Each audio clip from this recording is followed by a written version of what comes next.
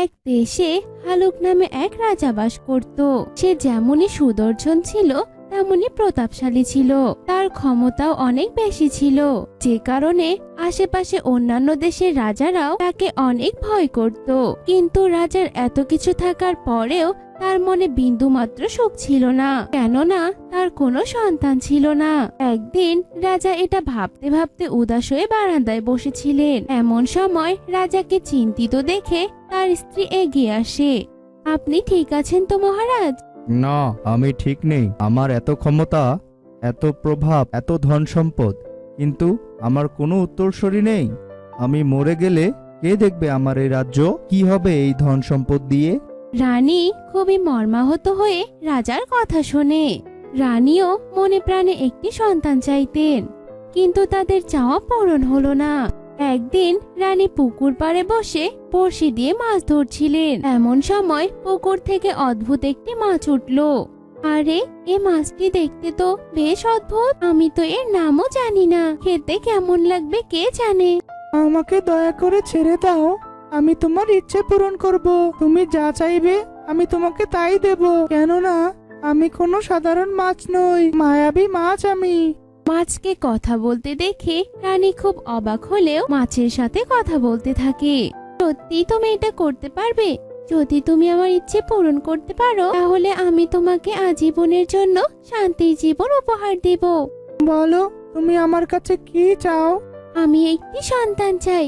যদি তুমি তা আমাকে দিতে পারো তাহলে আমি তোমাকে বিশাল একটি দিঘি উপহার দেব, যাতে তুমি নিশ্চিন্তে বাস করতে পারবে, যেটাতে কেউ তোমাকে বিরক্ত করবে না। আগামী 1 মাসের মধ্যেই তুমি দেখতে পাবে তোমার ইচ্ছা পূরণ হয়েছে। দেখতে দেখতে 1 মাস হতে চলল। এর মধ্যে রানীও গর্ভবতী হয়ে উঠল। রাজা ও রানী উভয়ে সীমাহীন খুশি হয়ে মায়াবী মাছকে বিশাল একটি দিঘি উপহার দিল। এরপরে অনেক দিন কেটে যায়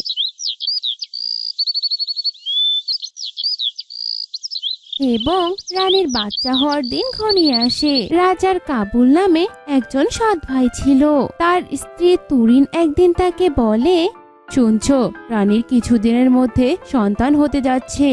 হ্যাঁ হ্যাঁ, আমি জানি, সেটা আশা ছিল আমাদের সন্তান ভবিষ্যৎ রাজা হবে। এখন তো মনে হচ্ছে এটা আর সম্ভব না। আমাদের সন্তানকেই ভবিষ্যতে রাজা হতে হবে, এটাই আমি চাই।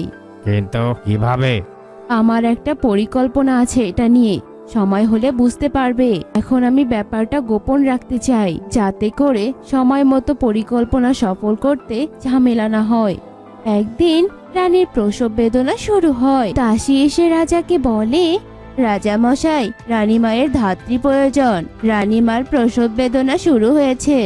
তুমি যাও, সেলিনাকে নিয়ে আসো। এ আমার রাজ্যের সবচাইতে দক্ষ এবং অভিজ্ঞ ধাত্রী। যথাসময়ে ধাত্রী চলে আসে এবং রানীর ঘরে প্রবেশ করে। এদিকে সৎ ভাই কাবুলের বউ রানীর কাছে যায়। রাজা তাকে দেখতে পেয়ে বলে, তোমার এখানে আসার কোনো প্রয়োজন নেই। তুমি যাও, রুমে গিয়ে বিশ্রাম করো। কি বলছেন আপনি মহারাজ? আপনার স্ত্রী সন্তান সম্ভবা আর আমি থাকবো না তার পাশে? এটা কি করে হয়? আপনজন তো অবশ্যই থাকা উচিত। তাছাড়া রানীরও আমাকে প্রয়োজন হবে, আর অপরিচিত একজন ধাত্রীর কাছে রানীকে রাখা নিরাপদ মনে করছি না আমি। আচ্ছা ঠিক আছে, থাকো তুমি তাহলে। এরপরে রাজা চলে যায় আর সৎ ভাইয়ের বউ তৎক্ষণাৎ রানীর কামরায় প্রবেশ করে এবং ধাত্রীকে ডেকে আড়ালে নিয়ে বলে, এই নাও 1 থলি স্বর্ণ মুদ্রা, যদি প্রয়োজন হয় তাহলে আরো পাবে। আপনি আমাকে এসব কেন দিচ্ছেন? তোমার কাজ হচ্ছে যা করব তা ভুলে যাবে, মনে করবে যে এটা তুমি দেখোনি, আর এসব কাউকে কখনো বলার চিন্তাও করবে না। আর যদি বলো তাহলে তোমার লাশ চিলশকুনরাও খুঁজে পাবে না কখনো। বুঝতে পেরেছো? হ্যাঁ, বুঝতে পেরেছি। তাহলে এই কাপড়টা নিয়ে যাও, আর বাহিরে প্রহরীর কাছে একটা মৃত সন্তান আছে, সেটা নিয়ে এসো জলদি। ধাত্রী গিয়ে প্রহরীর কাছ থেকে মৃত সন্তানটা লুকিয়ে নিয়ে আসে। এর কিছুক্ষণ পর রানী তার সন্তান প্রসব করে। কাবুলের বউ দেখতে পায় রানীর একটা ফুটফুটে কন্যা সন্তান হয়েছে। সে কন্যা সন্তানকে একটি কাপড়ে পেঁচিয়ে জল্লাদের কাছে পাঠিয়ে দেয় এবং ধাত্রী সেই মৃত বাচ্চাটি রানীর কাছে রেখে দেয়। যাও, রাজাকে গিয়ে বলো আপনার মৃত সন্তান হয়েছে। এরপরে কাবুলের বউ জল্লাদের কাছে যায়। শুনে রাখো, একে মেরে এমন স্থানে ফেলবে যাতে চিল শকুনেরাও একে খুঁজে না পায়। ঠিক আছে ছোট রানী, কিন্তু এর বিনিময়ে আমার জন্য কি থাকবে? কাবুলের স্ত্রী তার হাতে একটি স্বর্ণর থলি দিয়ে বলে, আশা করি এটা তোমার জন্য যথেষ্ট। এরপরে কাবুলের বউ পুনরায় রানীর কাছে চলে আসে। কিছুক্ষণের মধ্যে রাজা বাচ্চাটিকে দেখতে আসে। আমাদের ভাগ্য খুবই খারাপ মহারাজ, আপনার বাচ্চা জন্ম থেকেই মৃত ছিল। আমাদের অনেক আশা ছিল ভবিষ্যতে আপনার সন্তান আমাদের রাজা কিংবা রানী হবে, কিন্তু আমাদের পোড়া কপাল। এসব কি হলো আমার সাথে? এতদিন পরে সন্তানের মুখ দেখলাম, তাও আবার মরা। রানী, তুমি একটা অপয়া, তুমি চলে যাও আমার রাজ্য থেকে। আমি আর তোমার মুখ দ্বিতীয়বার দেখতে চাই না। রাজা ক্রুদ্ধ হলেন এবং রানীকে বনবাসে পাঠিয়ে দিলেন। অসুস্থ রানীকে রাজার লোকেরা কিছু খাবার দিয়ে গুহায় রেখে গেলেন। এদিকে জল্লাদ বাচ্চাটিকে নিয়ে বনের গভীরে চলে যায় এবং তার জন্য একটি বড় গর্ত খোঁড়ে। গর্ত খোঁড়া শেষ করে সে বাচ্চাটির গলার ওপর বড় তলোয়ার তোলে, কিন্তু বাচ্চাটি তার দিকে টিপ টিপ করে তাকাতে থাকে। জল্লাদ বাচ্চাটির মায়ায় পড়ে যায়। না না, আমার দ্বারা এত সুন্দর নিষ্পাপ একটি বাচ্চাকে হত্যা করা সম্ভব নয়। যদি আমি নিষ্পাপ এই বাচ্চাটিকে খুন করি, তাহলে উপরওয়ালা আমাকে কখনোই ক্ষমা করবেন না। এরপরে জল্লাদ বাচ্চাটিকে একটি কাঠুরিয়ার কুঁড়ে ঘরে রেখে আসে। বাচ্চাটিকে তুমি দেখে রেখো, আমি কিছুদিন পর পর এসে বাচ্চাটিকে দেখে যাব। আর এই নাও সোনার দুটি মোহর, আরো প্রয়োজন হলে আমার কাছে চলে এসো। আমি রাজার জল্লাদ। আর শোনো, এই কথাটি যেন কেউ না জানে। আজ থেকে এই বাচ্চাটিকে তুমি তোমার সন্তান বলে পরিচয় দেবে। এটা বলে জল্লাদ কাঠুরিয়ার কাছে বাচ্চাটিকে রেখে আসে। কাঠুরিয়ার কোনো সন্তান ছিল না, তাই সে বাচ্চাটিকে খুব আদর যত্ন করে বড় করতে থাকে। সকালে সে যখন কাঠ কাটতে যায়, তখন বাচ্চাটিকে ঘুম পাড়িয়ে রেখে যায়। আর বাচ্চা ঘুম থেকে জাগতে জাগতে কাঠুরিয়া কাজ শেষ করে বাড়িতে ফিরে আসে। একদিন কাঠুরিয়া প্রতিদিনের মতো বাচ্চাকে ঘুম পাড়িয়ে কাজে চলে যায়। এমন সময় একটি বাঘ আসে। সে এসে গর্জন করতে থাকে। বাঘের গর্জনের শব্দে বাচ্চাটির ঘুম ভেঙে যায় এবং সে কাঁদতে থাকে। বাচ্চাটার কান্না শুনে বাঘটি বুঝে ফেলে যে কাঠুরিয়ার ঘরে কেউ আছে। বাঘটি এক থাবা দিয়ে দরজাটি ভেঙে ফেলে এবং ঘরে ঢুকে বাচ্চাটিকে নিয়ে বনের মধ্যে চলে যায়।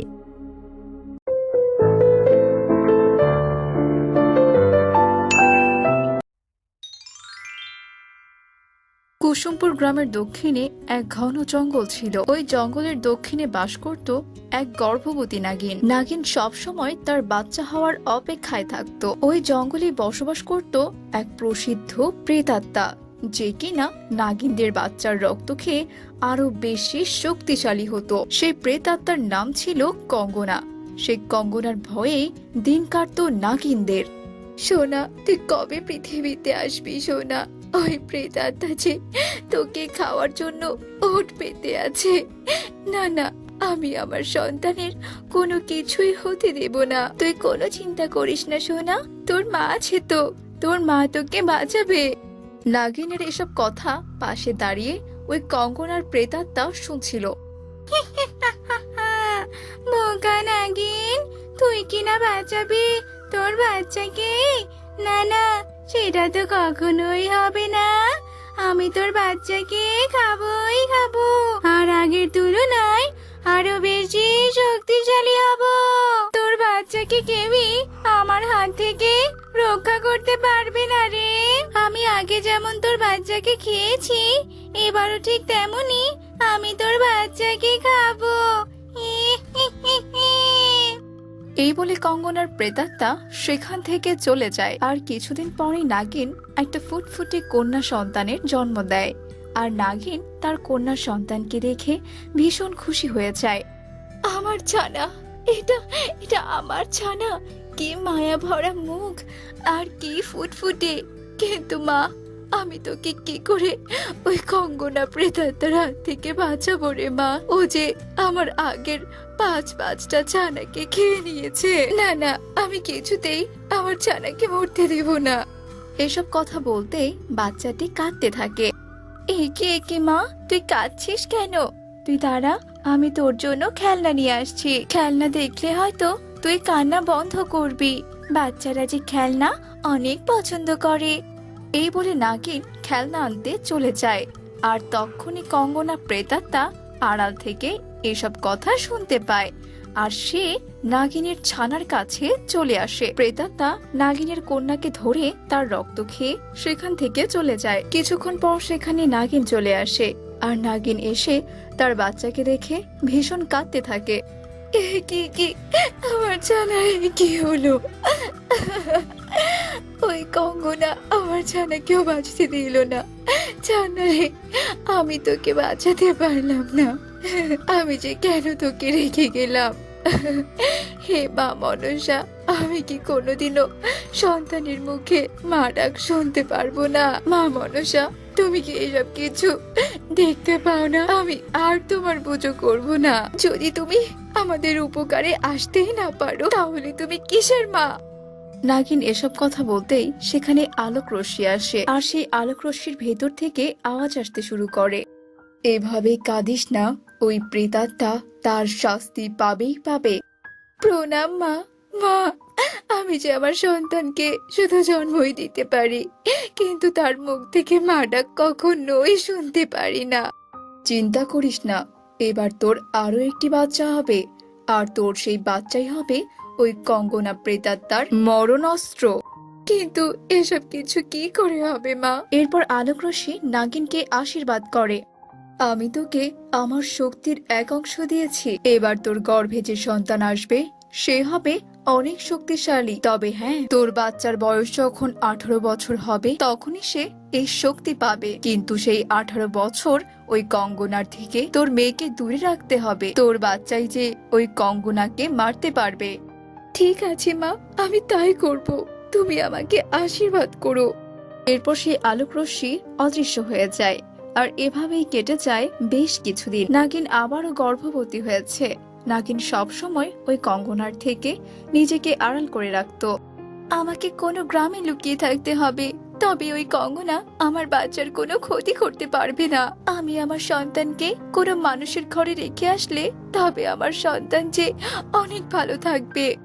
এই বলে নাগিন জঙ্গল থেকে বেরিয়ে চুপি চুপি মানুষের রূপ ধারণ করে মানুষের গ্রামে চলে আসে। ওই গ্রামে থাকতো অনিম আর গীতা নামের এক দম্পতি। তারা দুজন ছিল অনেক ভালো মনের মানুষ। তাদের দুজনেরই কোনো সন্তান ছিল না, এজন্য সবসময় তারা দুজন ভীষণ কষ্ট পেত। গীতা ছিল মনসা দেবীর পূজারী। সে মনসার পূজা নিষ্ঠার সাথে করত। গীতা মন খারাপ করে বসেছিল, ঠিক তখনই সেখানে অনিম চলে আসে। গিন্নি, তুমি কিনা আজকেও এখানে বসে কান্নাকাটি করছো? তোমাকে আমি ঠিক কত করে বলবো এভাবে বসে চোখের জল ফেলতে নেই, এতে যে অমঙ্গল হয়। কি আর অমঙ্গল হবে, তুমি নিজেই বলো। আমাদের মঙ্গল আর কোন দিন হয়েছে? এত বছর হয়ে গেল, তবুও আমাদের একটা সন্তান হলো না। তুমি বলো, আমাদেরও তো বাবা মা হতে ইচ্ছে করে নাকি? মনসা দেবীর কাছে আমি কত কাঁদি, কিন্তু কই, তিনি তো আমাদের উপর কৃপা করে না। এই সব কথা পাশে দাঁড়িয়ে নাগিন শুনছিল। এরা দুজন তো দেখছি অনেক ভালো মানুষ। আমার সন্তান যদি এদের কাছে থাকে তাহলে নিশ্চয়ই ভালো থাকবে, কেননা এই দম্পতিরও তো কোনো সন্তান নেই। এরপর নাগিন রূপী রূপা সেখানে যায়, আর তাকে দেখে গীতা বলে, কে কে কে কে তুমি? তোমার কি কোনো কিছুর দরকার? তাছাড়া তুমি তো দেখছি গর্ভবতী। এই অবস্থায় কি তোমার কিছু প্রয়োজন? বলো আমাকে। এরপর নাগিন রূপী রূপা তার সাথে ঘটে যাওয়া সব কথা গীতা আর তার স্বামীকে খুলে বলে। সব শুনে গীতা আর অনিমের ভীষণ মায়া হয়।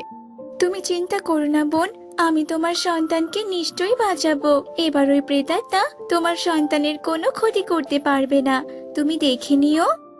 এরপর থেকে নাগিন মানুষের রূপ ধরে গীতার বাড়িতেই রয়ে যায়। কিছুদিন পর নাগিন রূপী রূপা এক ফুটফুটে কন্যা সন্তানের জন্ম দেয়। আমার মেয়ে আজ থেকে তোমার সন্তান হয়ে তোমার কাছেই থাকবে। আমায় যে এখন যেতে হবে বোন। কেন কেন তুমি কেন চাপে? তুমি এখানেই থেকে যাও। না না বোন, আমি এখানে থাকতে চেয়ে ওই কঙ্গনা খুঁজতে খুঁজতে ঠিক এখানে চলে আসবে। আমি যে আমার সন্তানের কোনো ক্ষতি চাই না বোন। এই বলে রূপা তার মানুষ রূপ থেকে নাগিন রূপে ফিরে আসে। তারপর সে জঙ্গলে চলে যায় আর নাগিনের ফুটফুটে কন্যা সন্তান গীতার কাছেই রয়ে যায়। এই কন্যা সন্তান দেখতে কত সুন্দর, একদম সূর্যের কিরণের মতো লাগছে। এই নাগিনের কন্যা দেখতে কত সুন্দর, একদম সূর্যের কিরণের মতো লাগছে। আজ থেকে আমি ওর নাম রাখলাম কিরণমালা। দেখতে দেখতে 18টি বছর কেটে যায়। কিরণমালা এখন অনেক বড় হয়েছে আর দেখতে বেশ সুন্দরী হয়েছে। একদিন কিরণমালা গ্রামের পথে হাঁটছিল, তখন হঠাৎই একটি সাপ তার সামনে আসে। সাপটিকে দেখে কিরণমালা ভীষণ ভয় পেয়ে যায়, কিন্তু সাপটি কিরণমালাকে দংশন না করে তাকে দেখে সেখান থেকে চলে যায়। এতে করে কিরণমালা বেশ অবাক হয়ে যায়। সে বাড়িতে ফিরে তার মাকে সব কথা খুলে বলে। তোকে যে এবার সবটা জানানোর সময় এসে গেছে মা। তোকে দেখে ওই সাপটা চলে গেছে, কারণ তুই হলি নাগিন কন্যা। এইসব তুমি কি বলছো কি মা? নাগিন কন্যা মানে? এরপর গীতা কিরণমালাকে সব কথা খুলে বলে। আমি আমার মায়ের কাছে যেতে চাই। আমি ওই প্রেতাত্মাকে কিছুতেই ছাড়বো না। এবার তোকে মরতেই হবে। এরপর কিরণমালা ও গীতা জঙ্গলে নাগিনের কাছে যায়। নাগিন বোন, এই যে দেখো, এ হলো তোমার মেয়ে কিরণমালা। এবার যে সময় এসে গেছে ওই দুষ্টু প্রেতাত্মাকে শাস্তি দেওয়ার। আমার মেয়ে। ঠিক তখনই সেখানে কঙ্গনার প্রেতাত্মা আসে। আমাকে মারবে? এবার তো আমি সকলকে শেষ করে দেব। তোর মৃত্যু তো আছে আমার হাতে। আমার হাত থেকে তোকে এবার কেউ বাঁচাতে পারবে না।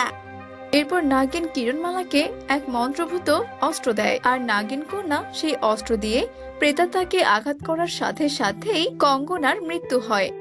আর এতে করে তারা তিনজন ভীষণ খুশি হয়ে যায়। সবুজপাড়া নামে সুন্দর এক গ্রাম ছিল।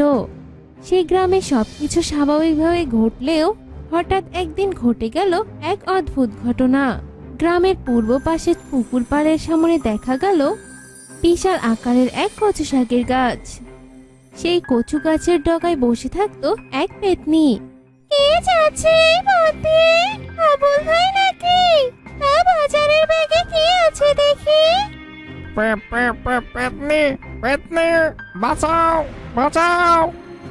আবুল ভাই, ভয় পেও না। এই যে তোমার ব্যাগে থাকা কচুর লতি, এটাই নেব। আগে সব নিয়ে বাড়িতে ফিরে যাও। এ তো দেখছি কচুখোর পেতনি। ওরে বাবারে, পালাও, পালাও। পেতনি হয়ে একটা ব্যাপার খুব ভালো হয়েছে। এখন সব কাঁচাই মজা করে খেতে পারি। কষ্ট করে আগুনের সামনে বসে আর রান্না করতে হয় না। সে পথ দিয়ে বাজার করে কেউ গেলেই সেই কচু গাছের পেতনি এভাবেই তাকে জ্বালাতন করত। তাই প্রত্যেকে খুব ভয়ে ভয়ে দিন কাটাতো। ওদিকে ফারুক নামের এক লোক তার বৃদ্ধা মা সুমিরন, তার বউ আলো আর মেয়ে সোনালীকে নিয়ে বাস করত। তাদের সংসারের সবকিছুই বেশ ভালোভাবেই কাটতো। কিন্তু যখনই ফারুকের কন্যা সোনালী কচু শাক খেতে চাইতো, তখনই ফারুক রেগে মেগে বাড়ি থেকে বেরিয়ে যেত। আবার সেই কচু, কচু আর কচু। জীবনে যেন কচু ছাড়া আর কিছুই নেই। বাজারে করব না আমি, ধুর। ফারুক রেগে বাড়ি থেকে বেরিয়ে চলে যায়। এদিকে বাজার তো করতে হবে, তাই ফারুকের বৃদ্ধা মা সোনালীকে বাজারে যাওয়ার জন্য ডাকতে থাকে। নাতনি, ছাতাটা নিয়ে আয়। এই তুমুল বৃষ্টিতে ছাতা না নিয়ে বাজারে গেলে তো ভিজে একসার হয়ে যাব। আসছি বুড়িমা। এই তোর জন্য আমাকে এই বয়সে প্রায়ই বাজার যেতে লাগে। কেন যে কচু খাওয়ার বায়না ধরিস দুদিন পর পর? আমি কি এমন চেয়েছিলাম বুড়িমা? বাবাকে শুধু বলেছিলাম বাবা আজকেও কচু শাক এনো। এই শুনে বাবা রেগে বাইরে চলে গেল। তা নাতনি, তুইও বা কেন প্রতিদিন কচু শাক খেতে চাস? কচু শাক খেতে ভালো লাগলে কি করবো শুনি? আমার রোজ কচু শাক খেতে ভালো লাগে দাদি। তারপরে তো আমি রোজ কচুর কথা বলি না, একদিন পর পর তো বলি। আচ্ছা চল, কথা না বাড়িয়ে আমার সাথে এবার বাজারে চল। বুড়ি ওর নাতনি সোনালীকে নিয়ে বাজারের দিকে যাচ্ছিল। ওদের যাওয়ার সাথে সাথে বৃষ্টির সাথে প্রচুর রোদ উঠলো। এ কি হচ্ছে, একসাথে রোদ বৃষ্টি? ভালোই তো হচ্ছে বুড়িমা, রোদও হচ্ছে বৃষ্টিও পড়ছে, কাকশিয়ালির বিয়ে হচ্ছে। সোনালী এমনটা বলার পরে তাদের চোখ পড়লো পুকুরের পাড়ে বিশাল এক কচু গাছের দিকে। এ তো তাজ্জব ব্যাপার, লোকেরা দেখছে এতদিন ঠিকই বলেছিল। নাতনি, এই ভর দুপুরে পুকুর পাড় দিয়ে আসা আমাদের মোটেও ঠিক হয়নি। বুড়িমা, এত বড় কচু গাছ হয় নাকি? আমি আগে তো দেখিনি, চলো তো গিয়ে দেখি। তোর মাথা গেছে নাকি নাতনি? এখন যাওয়া যাবে না। এত বড় কচু শাকের গাছ, এটা নিশ্চয় কোনো খারাপ আত্মার গাছ। লোকেরা ঠিক বলে এখানে ঠিক কোনো পেতনি থাকে।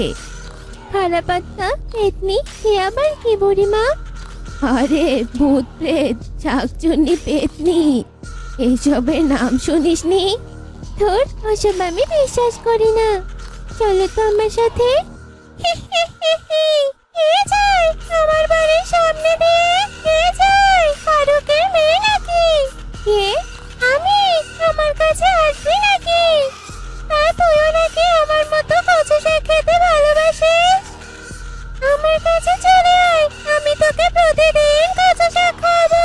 তোর বাবার কাছে থাকলে তুই প্রতিদিন কচু খেতে পারবি না। ওরে বাবা রে, সোনালি চল আমার সাথে। বলেছিলাম এই পথে যাওয়ার দরকার নেই। এ দেখছি আমার বুড়ি শাশুড়ি মা, তা আমার কথা বলে গেছেন। হবেন নাকি আমার হাতের কচু রান্না? ছেড়ে দে আমাকে, ছেড়ে দে পেতনি। ও মা, এখন পেতনি বললে হবে শাশুড়ি মা? আমি তো আপনার আদরের বৌমা শাশুড়ি মা, ভুলে গেলে হবে আমাকে? আমি তো জানি মরে গিয়ে পেতনি হয়ে এই গ্রামে সে গ্রামে বহু গ্রামে আপনাদের খুঁজে পেয়েছি, কিন্তু কোথাও খুঁজে পাইনি। শেষমেশ এই গ্রামে এসে আপনাদের খুঁজে পেয়েছি। জুনি, তা তুই মরে গিয়েও কি আমাদের শান্তি দিবি না? দেব দেব, একেবারে জন্য শান্তি দিয়ে দেব। এরপর আমার কচু গাছের টাকায় তোদের সবাইকে নিয়ে নতুন করে সংসার করব। দেখ জুনি, সব ভুলে যা। এসব কিছু যা হয়েছে তা কেউ ইচ্ছে করে করেনি। পেতনি, আমার বুড়িমাকে ছেড়ে দাও না। আমার বুড়িমা তোমার এমন কি ক্ষতি করেছে? ছেড়ে দাও তুমি ওকে। বেশ, তুই কচু খেতে পছন্দ করিস বলে তোর কথা শুনলাম আমি। তবে সোনালি, শুনে রাখ, আমি আমার মৃত্যুর প্রতিশোধ আমি নিয়েই ছাড়বো। তোর বাবা আমার সাথে যা করেছে তার কিছুই ভুলে যাইনি আমি। মানে? মানেটা তোর বুড়িমাই তোকে খুলে বলবে। এই শাশুড়ি মা, বাড়িতে ফিরে যা। পেতনি বৃদ্ধাকে নিচে নামিয়ে দেয় আর সোনালী বৃদ্ধাকে জিজ্ঞাসা করে এসবের মানে কি। তখন বৃদ্ধা সোনালীকে সব কথা বলতে থাকে। টুনি ছিল ফারুকের প্রথম বউ। জুনি প্রতিদিন তোর মতো কচুর যে কোনো খাবার খেতে খুব ভালোবাসতো, তাই প্রতিদিন জুনি যাই রান্না করতো তাতেই কচু থাকতো। আজ কি রান্না করেছো ঝুনি? কচু শাকের ডাল আর কচু শাক দিয়ে মাছের ঝোল। আর কচু ছাড়া আর কি? আর হলো কচু শাকের ভর্তার সাথে শুটকি ভাজা। কচু শাক ছাড়া কি পৃথিবীতে আর কোনো খাবার নেই? প্রতিটা দিনই শুধু কচু শাক, কচু শাক আর কচু শাক। এই কচু শাক খেতে খেতে তো আমি বিরক্ত হয়ে গেছি। হে সৃষ্টিকর্তা, এই কচু শাকের হাত থেকে আমাকে মুক্তি দিন। আমি যতদিন আছি ততদিন কচু থেকে তোমার মুক্তি মিলবে না স্বামী। সারাদিন খেটে আমি বাড়ি আসি তোমার এই কচু শাক খাওয়ার জন্য। আর কত সহ্য করব কচু? ফারুকের সেদিন দোকানে কেনা বেচায় লস হয়, এমনিতেই মাথা গরম ছিল। আর বাসায় এসে সব কচু দিয়ে রান্না দেখে ফারুক আরো বেশি রেগে গিয়েছিল। তাই শেষমেশ রাগ নিয়ন্ত্রণ না করে জুনির গলা টিপে ধরে। কি করছো? এভাবে গলা টিপে ধরলে আমি যে মরে যাব। আমার নিঃশ্বাস নিতে খুব কষ্ট হচ্ছে। তোকে আজ আমি মেরেই ফেলবো। মরার পর পেতনি হয়ে যত ইচ্ছে তত কচু খাস, তখন আমার তো আর খেতে হবে না। ফারুক রাগের মাথায় জুনির গলা টিপে ধরে জুনিকে মেরে ফেলে। আরে এ কি করলাম আমি? এই জুনি, জুনি! এ তুই কি করলি বাবা? মা, এ আমি কি করলাম? বাহিরের রাগ বাড়িতে দেখাতে গিয়ে অনেক বড় সর্বনাশ করে ফেললাম। আমি তো আমার চুনিকে হারিয়ে ফেললাম মা।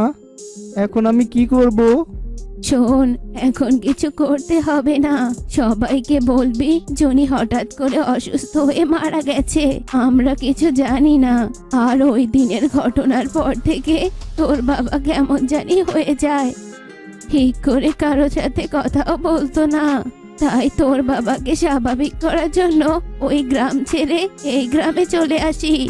এরপরেই তোর মায়ের সাথে বিয়ে দিলাম, আর তুই পৃথিবীতে আসলি।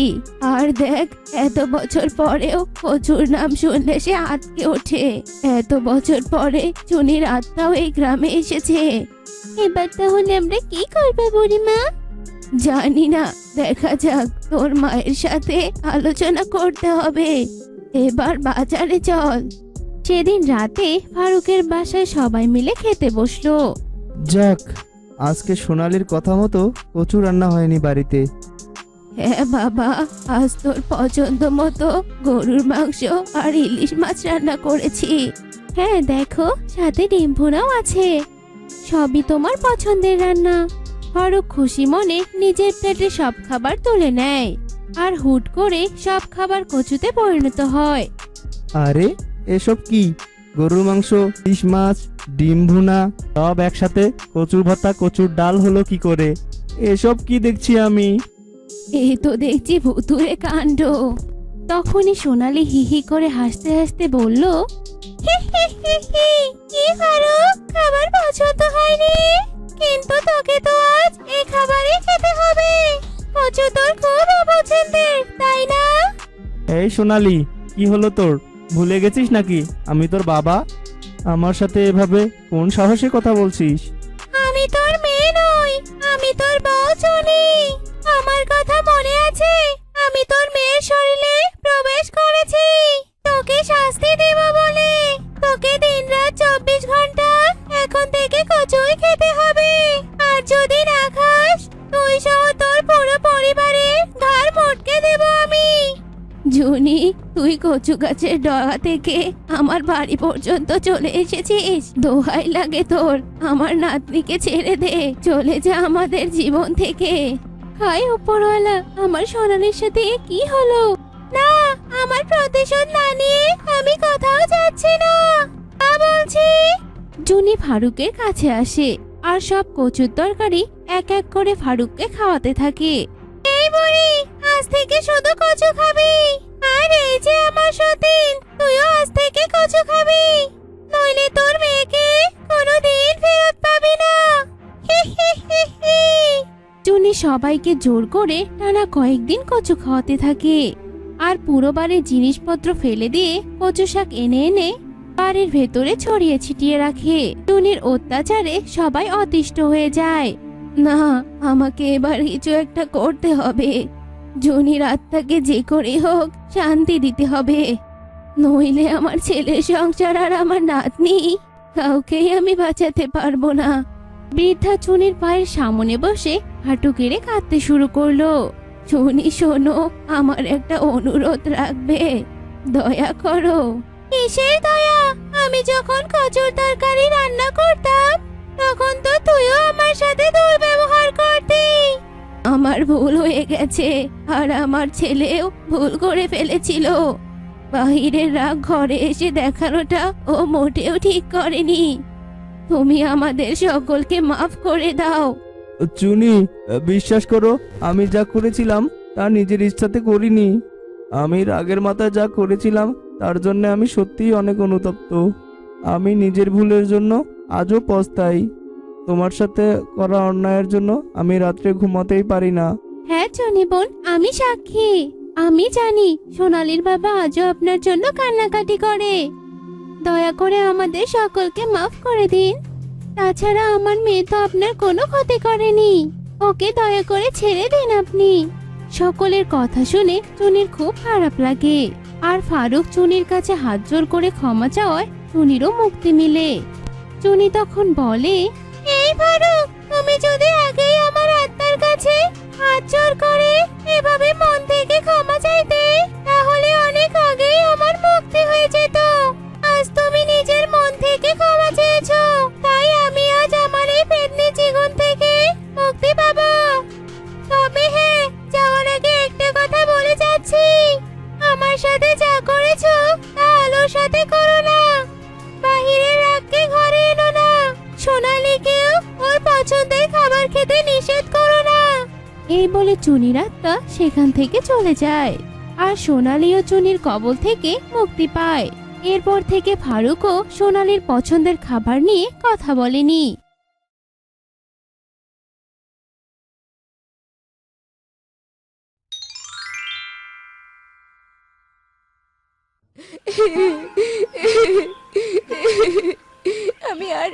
আমি আর ওই বাড়িতে ফিরে যাব না।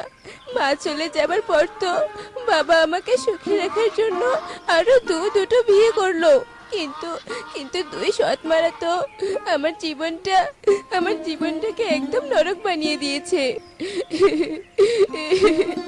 ওই নরকে ফিরে যাওয়ার থেকে এই জঙ্গলে থেকে মরে যাওয়াই ভালো। এসব কথা বলে দীপ্তি কাঁদতে কাঁদতে একটি গাছের নিচে শুয়ে পড়লো এবং এক পর্যায়ে সে ঘুমিয়ে পড়লো। আর তখনই সেই গাছের পাশ দিয়ে একটি নাগিন যাচ্ছিল। কি এই জঙ্গলে মানুষ, বাঘ সাপে ভরা এই জঙ্গলে তো কখনো মানুষ আসে না। দেখি তো কাছে গিয়ে। নাগিন দীপ্তির কাছে গিয়ে দীপ্তির মাথায় হাত বোলাতে থাকে, আর দীপ্তি ঘুমের ঘরে বলতে থাকে, মা তুমি এসেছো, মা তুমি এসেছো। তুমি থাকলে হয়তো আমার আর এত কষ্ট সহ্য করতে হতো না। সৎ মায়েরা যে আমার উপর ভীষণ অত্যাচার করে। তুমি ফিরে এসো মা, তুমি আর আমাকে ছেড়ে যেও না। আহারে, মেয়েটার বুঝে ভীষণ কষ্ট, আর তাই তো মনে হয় এই গভীর জঙ্গলে চলে এসেছে।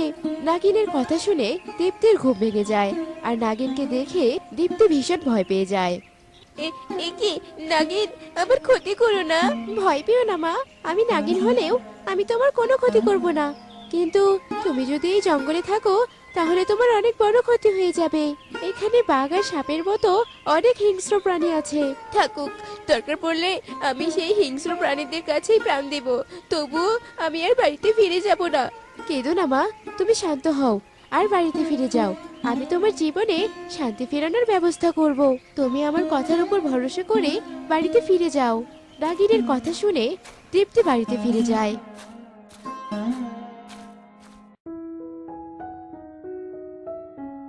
আর কিছুদিন পরেই দীপ্তির বাবা রমেশ আরেকটি বিয়ে করে বউ বাড়িতে নিয়ে আসে। কি গো, তুমি আরেকটা বিয়ে করেছো? আমরা তো 2 সতীন ঘরেই আছি, তবুও তোমাকে আরেকটা বিয়ে করতে হলো? তোমরা যে আমার মা মারা মেয়েটার কি হাল করেছো তা কি জানো? তাই তো তোমাদের শিক্ষা দিতে আমি আরেকটা বিয়ে করেছি, আর এখন থেকে দীপ্তির দেখাশোনা নমিতাই করবে। রমেশের কথা শেষ হতে না হতেই সেখানে দীপ্তি চলে আসে। কি বাবা, তুমি আরেকটা বিয়ে করেছো? কি তুমি? হ্যাঁ, আমি তোমার তৃতীয় মা, আর এখন থেকেই আমি তোমার দেখভাল করব। চলো তো মা, আমাকে ঘরে নিয়ে চলো। এরপর দীপ্তি নমিতাকে ঘরে নিয়ে যায়।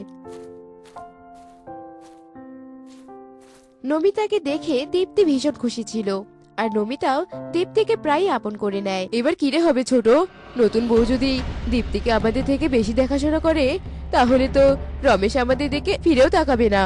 সে যাই হোক, নতুন বউকেও আমাদের দলে নিয়ে আসতে হবে, তারপর 3 সৎমা মিলে দীপ্তির উপর অত্যাচার করব। সে ঠিক বলেছো তুমি। তার আগে দেখি শয়তান দীপ্তি কোথায়। আমার পা দুটো বড্ড ব্যথা করছে। দীপ্তি, এই দীপ্তি।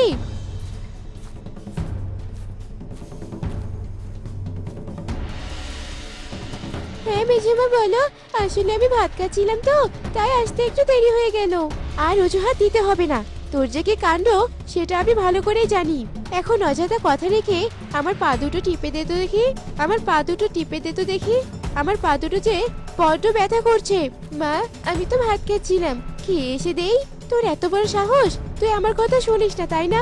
দাঁড়া, দেখাচ্ছি মজা। এই কথা বলে রাগিনী রেগে গিয়ে দীপ্তির দিকে একটি ঢিল ছোড়ে, আর তখনই নমিতার চোখ থেকে একটি আলোক রশ্মি বেরিয়ে সেই টুলের উপর পড়ে, আর টুল দীপ্তির গায়ে না লেগে উল্টো অভয়ের গায়ে লাগে।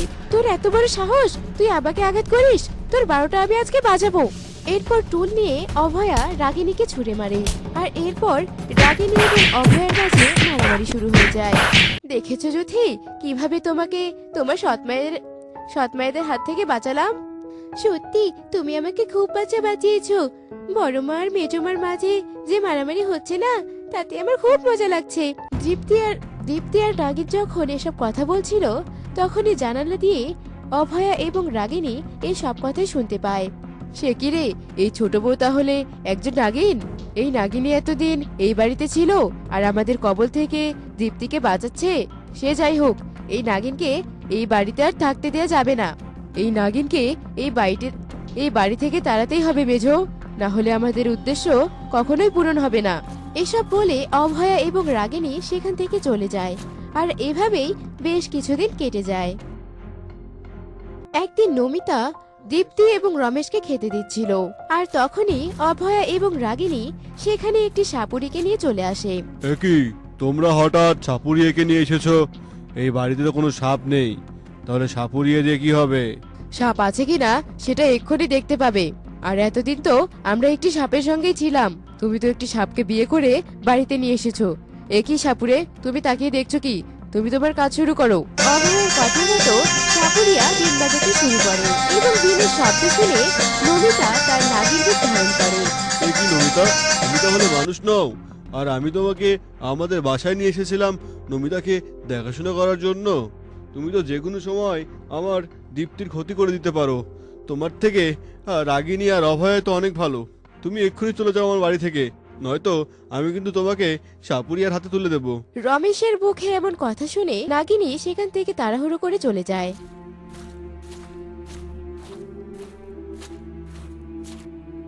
আর এইসব দেখে দীপ্তির খুব মন খারাপ হয়, কিন্তু দীপ্তি নাগিনকে আটকাতে পারে না। আর এভাবেই কেটে যায় আরো বেশ কিছুদিন।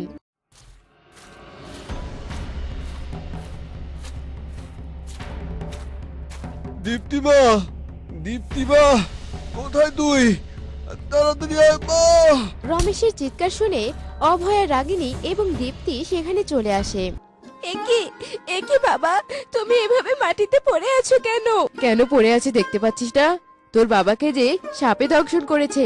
মেজো, তুই গিয়ে তাড়াতাড়ি একটি সাপুরিয়াকে ডেকে নিয়ে আয়, তাহলে যে আমাদের দুজনকে বিধবা হতে হবে, পথে পথে ভিক্ষা করতে হবে।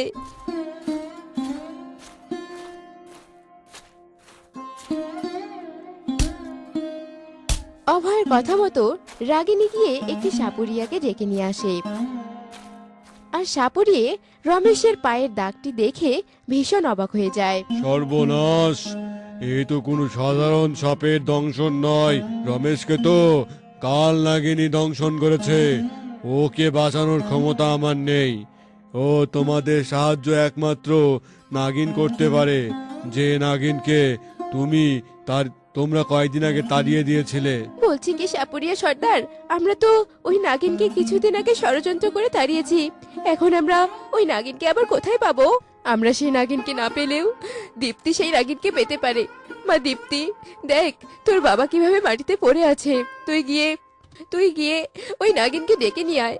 তোর বাবা যদি এই পৃথিবী থেকে চলে যায়, তাহলে আমরা যে ছন্নছাড়া হয়ে যাবো রে মা। দেরি করিস না রে মা যুথি, আমি তোকে কথা দিচ্ছি, আমরা আর তোর উপর কোনো অত্যাচার করব না। তবুও তুই তোর বাবাকে বাঁচা মা। যাচ্ছি, তবে আমিও যে আমার বাবাকে হারাতে চাই না। এরপর দীপ্তি জঙ্গলে চলে যায়।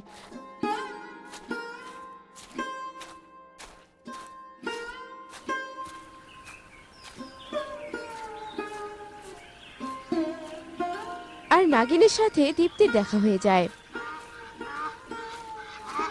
দীপ্তি রমেশের ব্যাপারে নাগিনকে সবকিছু খুলে বলে। কি বলছো কি এসব তুমি দীপ্তি? তোমার বাবাকে কাল্লাক দংশন করেছে?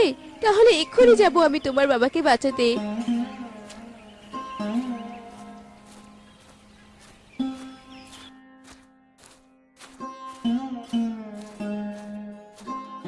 তুমি এসেছো বোন, দয়া করে তুমি আমাদের স্বামীকে বাঁচাও। আমরা জানি আমরা তোমাকে ষড়যন্ত্র করে তাড়িয়ে দিয়েছি, তার জন্য আমরা তোমার কাছে ক্ষমা চাইছি। তুমি আমার স্বামীকে বাঁচাও বোন। এরপর নাগিন রমেশের বিষ তুলে দেয় এবং রমেশ সুস্থ হলে নাগিনকে দেখে তার আর কিছুই বোঝার বাকি থাকে না। অনেক ধন্যবাদ নাগিন, তোমাকে অনেক ধন্যবাদ আমার জীবন বাঁচানোর জন্য। আর আজ তোমার এই উপকার দেখে আমি বুঝতে পারছি যে তুমি আসলে দীপ্তির ক্ষতি নয়, ওর উপকার করার জন্যই এসেছিলে। আমাকে ক্ষমা করে দাও। আর সেটা আমরা বুঝতে পেরেই নাগিনকে ষড়যন্ত্র করে তাড়িয়ে দিয়েছিলাম, কিন্তু এখন আমরা আমাদের ভুল বুঝতে পেরেছি। তুমি আমাদেরকে ক্ষমা করে দিয়ে আমাদের সাথে থেকে যাও নাগিন বোন। আমরা 3 সৎমা মিলে দীপ্তিকে অনেক আদর যত্নে আগলে রাখবো। তা হয় না গো, তবে তোমরা যে তোমাদের ভুল বুঝতে পেরেছো আর দীপ্তিকে আপন করে নিয়েছো, আমি তাতেই খুশি। তোমরা আমার দীপ্তিকে কোনো কষ্ট দিও না, ওর জন্যই যে আমি এত কিছু করেছি। তারপর সেখান থেকে নাগিন চলে যায় আর দীপ্তির সৎমা তারপর থেকে দীপ্তিকে অনেক ভালোবাসতে শুরু করে।